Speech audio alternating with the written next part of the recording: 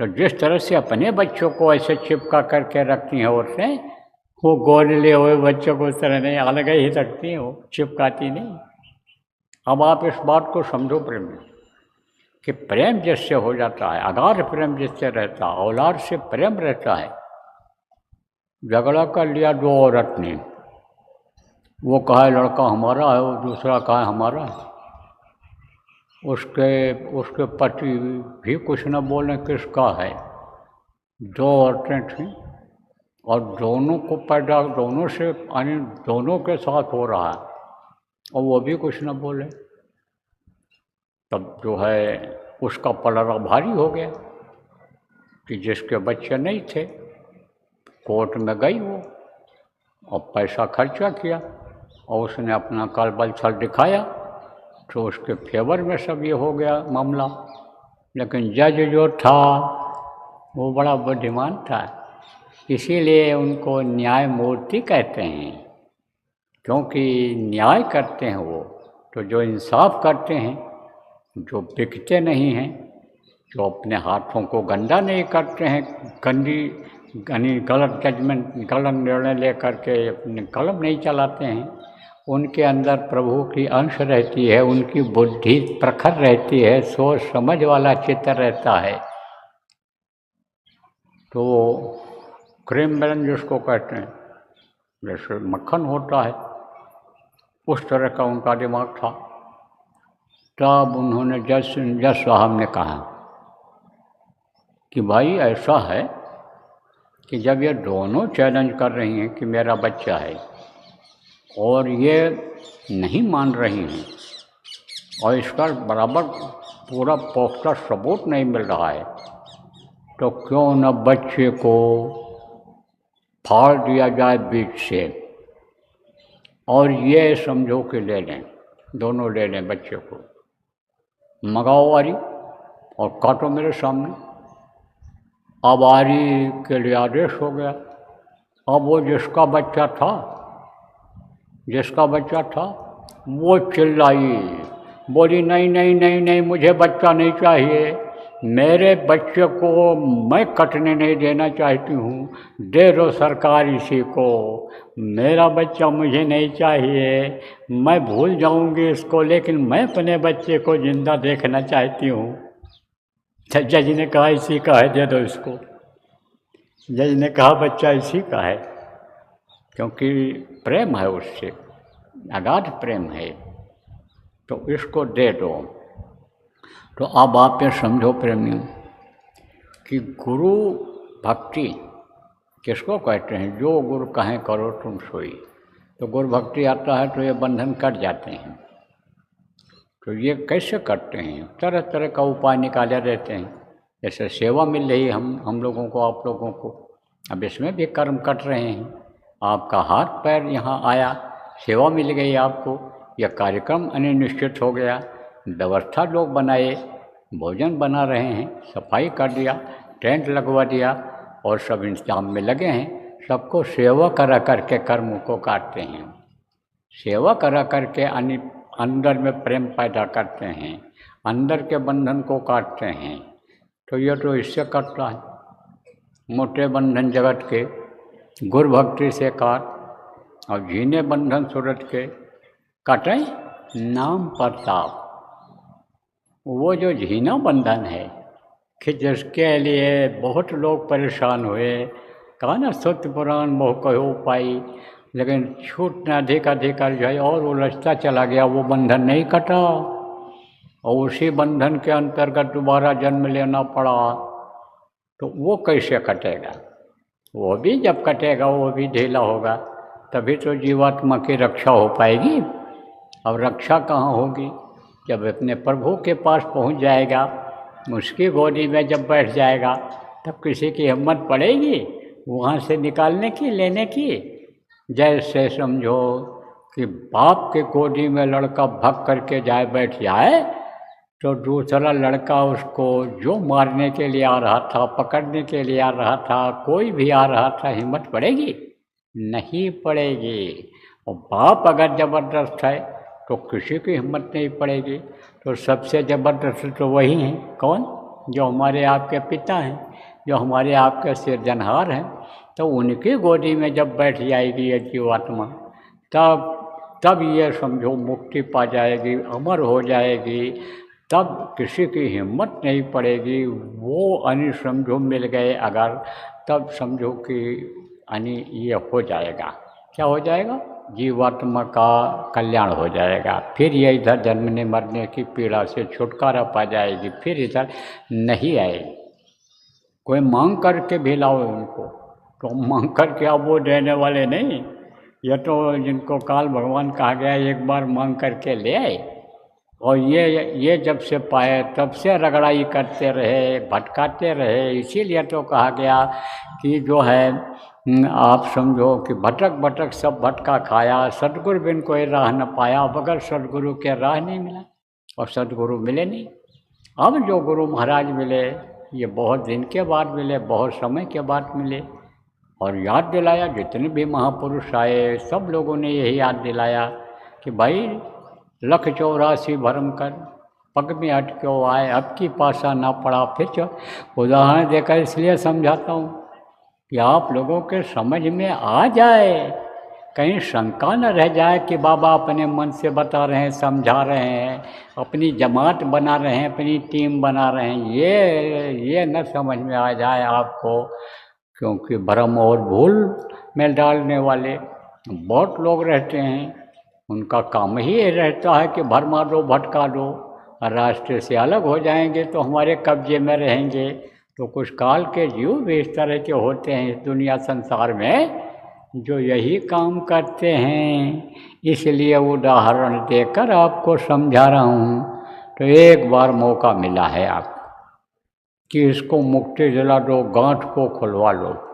तो खुलेगी गांठ कैसे? ये कैसे खुलेगी?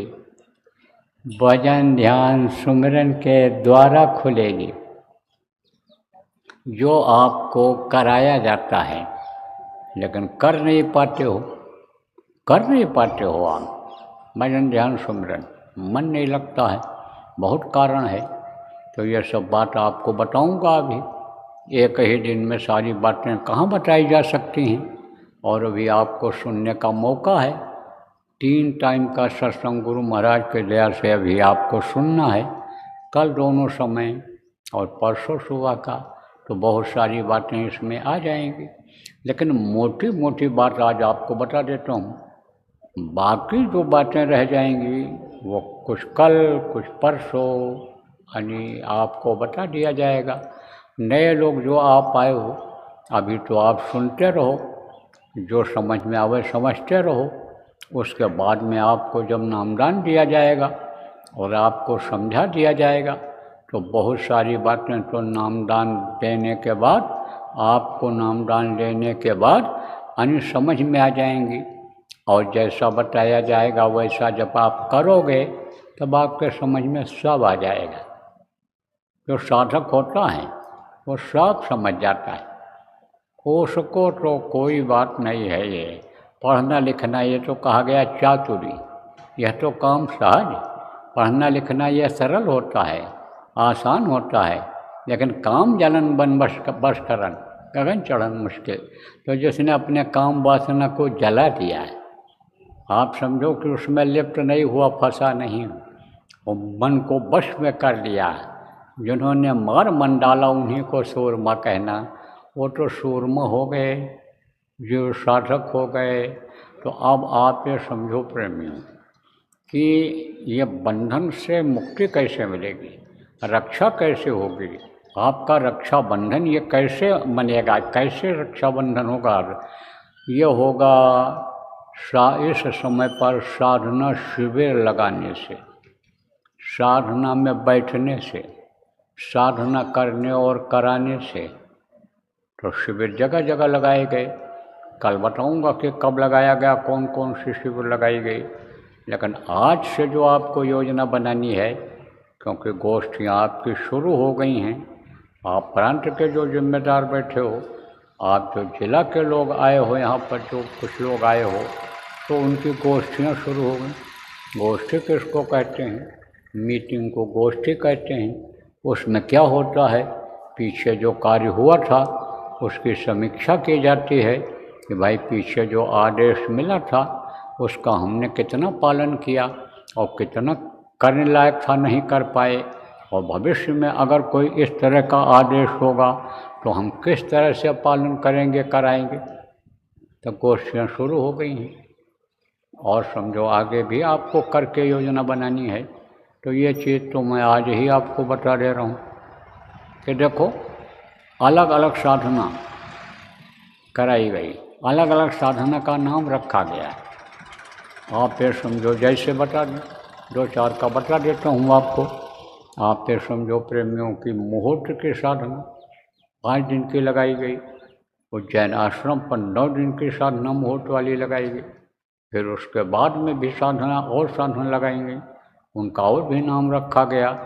जैसे कष्ट निवारण साधना, तकलीफ में फ़ायदा लोगों को हुआ। जैसे घाट की साधना, अब विस्तार में तो कल बता दूंगा कि घाट की साधना क्या होती है, कष्ट का क्या होता है।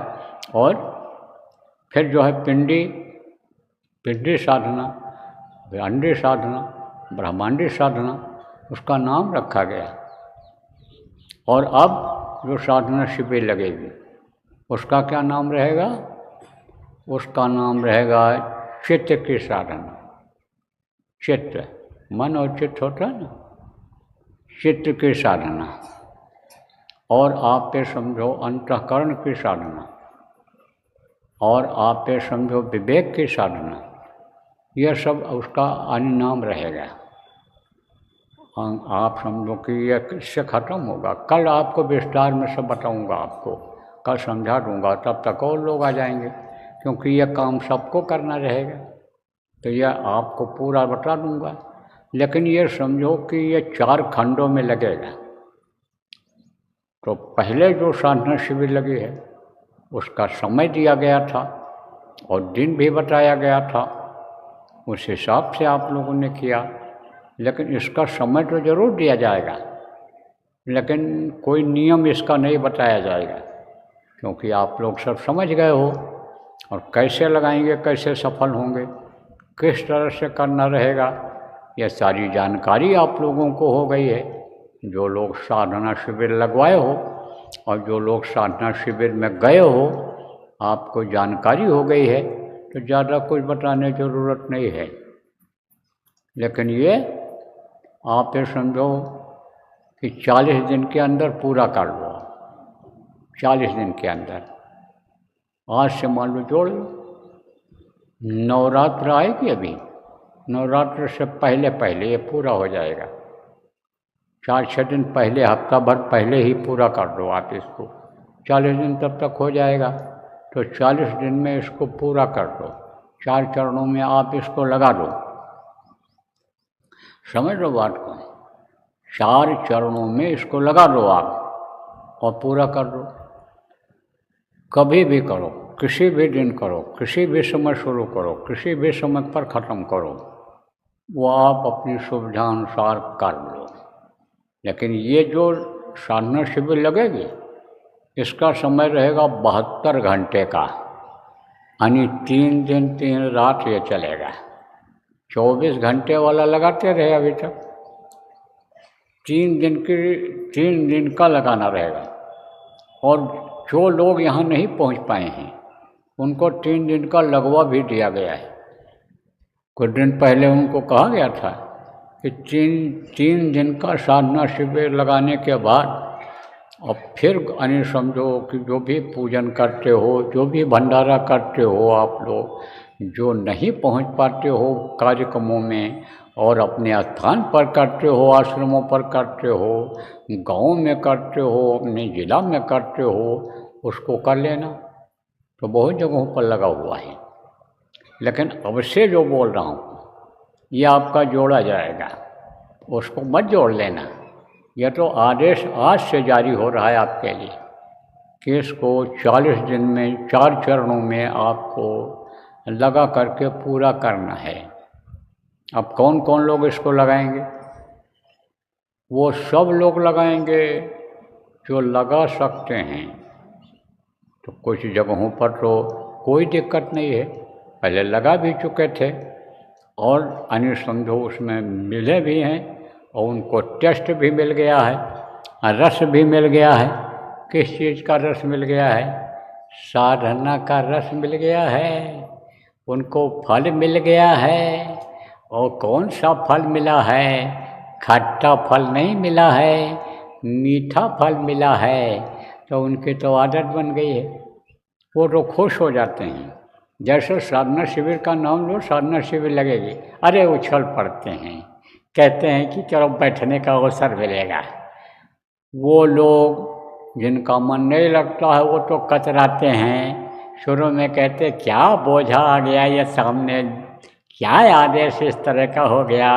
उनको तो पहले कड़वा लगता है, उनको तो बाद में यानी समझो मिठास आती है, पहले कड़वा लगता है। लेकिन जिनको मिठास मिल गई है, जो ये समझ गए कि यह फल मीठा है, तो उसकी बार बार इच्छा होती है खाने की। बच्चे को आम एक बार खिला दो तो आम देखेगा तो दौड़ेगा खाने के लिए और कहेगा लाओ जल्दी करो हम इसको खाएं। ऐसे ही तो उन जगहों पर तो आसानी से लग जाएगा। जहाँ पहले लग चुका है, जिन गाँवों में सत्संगी हैं, जिन गाँवों में प्रेमी हैं, वहाँ तो आराम से लग जाएगा। और जहाँ पर कम है, वहाँ पर अगर उन्होंने लगा भी दिया गाँव में, तो अखंड का खंड हो जाएगा।